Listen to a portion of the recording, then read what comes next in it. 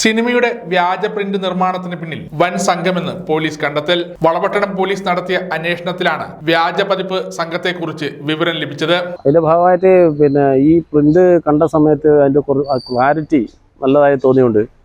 നമ്മളതിന്റെ സംവിധായകരായ Prithviraj sir, നിർമ്മാതാവ് ആന്റണി പെരുമാർ എന്നിവരെ നേരിൽ കണ്ട് ചോദ്യം ചെയ്യലിന്റെ കാര്യത്തിനായിട്ട് എറണാകുളത്ത് പോയി അന്വേഷണം നടത്തിയതിൽ അവരുടെ മൊഴിയിൽ ഇത് വളരെ ഒരു പ്രത്യേക ഒരു ലോബി തന്നെ ഇതിൻ്റെ പിന്നിലുണ്ടെന്നില്ല മനസ്സിലായ സമയത്ത് നമ്മൾ അതിൻ്റെ ബാക്കിയുള്ള വർക്ക് സയൻറ്റിഫിക് പരിശോധനയുടെ കാര്യങ്ങളും കൊടുത്തിട്ടുണ്ട്. അപ്പോൾ എറണാകുളത്ത് വെച്ച് ബാക്കി അവരുടെ സിനിമാറ്റിക് ലാബ് വഴി ഉള്ള കൂടെ അന്വേഷിക്കാൻ വേണ്ടിയില്ല കൊടുത്തിട്ടുണ്ട്. ഇതിന് പിന്നിൽ വൻ സംഘമുണ്ടെന്നാണ് ഇപ്പൊ നിലവിൽ അല്ലേ ഫൈൻഡിങ്സ്. അതാണ് ഇതിന് പിന്നിൽ.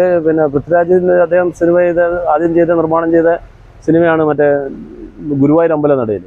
അത് തിരുവനന്തപുരത്തുള്ള ഒരു തിയേറ്ററിൽ വെച്ചതാണ് പ്രിന്റ് എടുത്ത് പറഞ്ഞ് അതിന്റെ അന്വേഷണം നടക്കുകയും അത് കൂടുതൽ നടന്നതിൽ കണ്ടെത്തി. അതുപോലെ ഏത് മേഖലയിൽ നിന്നാണ് ഇതിന്റെ പ്രിന്റ് വന്നെന്നുള്ളത് ഒരു തിയേറ്ററൊന്നും ആകാം.